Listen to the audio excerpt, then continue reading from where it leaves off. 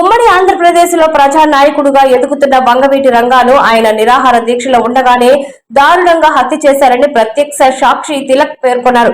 అప్పటికి టీడీపీ ప్రభుత్వంలో ఉన్న చంద్రబాబు నాయుడు, కోడెల శివప్రసాద్లు ఈ హత్యను ప్రభావితం చేశారని, కోడెల గతంలో రంగాను బెదిరించారని ఆయన వెల్లడించారు.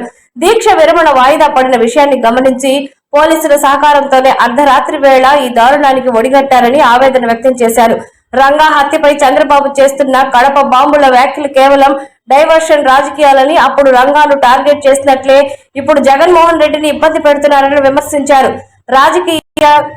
రాజకీయంగా రంగాను ప్రోత్సహించింది వైఎస్ రాజశేఖర్ రెడ్డి మాత్రమేనని, ఆయనపై టీడీపీ చేస్తున్న ఆరోపణల్లో నిజం లేదని స్పష్టం చేశారు. ఘనత ఆ రోజున తెలుగుదేశం పార్టీ ఎన్టీ రామారావు మీద దాడి జరిగినట్టుగా మల్లిన బాబ్జీ అనే అతనితో కథ నడిపించి దాన్ని ప్రచారం చేశారు. అయితే చివరికి మల్లిన బాబ్జీ ఎలా చనిపోయాడు, విజయవాడలో ఒక లాంటిలో చనిపోయినట్టుగా ప్రచారం జరిగింది. ఈ రోజు చంద్రబాబు నాయుడు గారు ముఖ్యమంత్రిగా ఉన్న అధికారంలో ఉన్న జరిగిన రాజకీయ హత్యల వెనుక కారణాలని ఈ రోజుకి బయటికి తీయగలిగారా అనే ప్రశ్న వేసుకుంటే రాలేదని వస్తుంది.